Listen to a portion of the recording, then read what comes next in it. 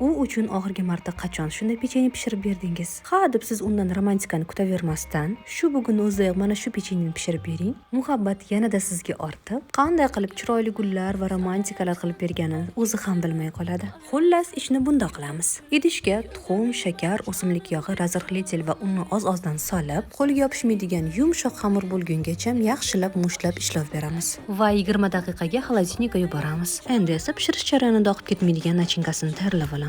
Idishga 1 stakan yoz yopib qo'ygan olchali kompotimizdan quyib, 1,5 osh qoshiq olchali kesilidan qo'shib, quyilgungacha aralashtirib turamiz va sovutishga olib qo'yamiz.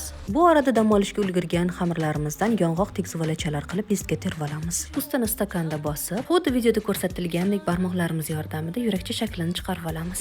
Oldindan tayyorlab qo'ygan sirupimiz bilan yurakchalar ichini to'ldirib chiqamiz va 170 gradusda qizib turgan duxovkada 15 daqiqa davomida pishirib olamiz. Ustini saxarni pudra bilan yasatib olamiz. Retsept yoqqan bo'lsa like bosib obuna bo'lib qo'yishni unutmang, chunki bundan ham zo'r retseptlar hali oldinda.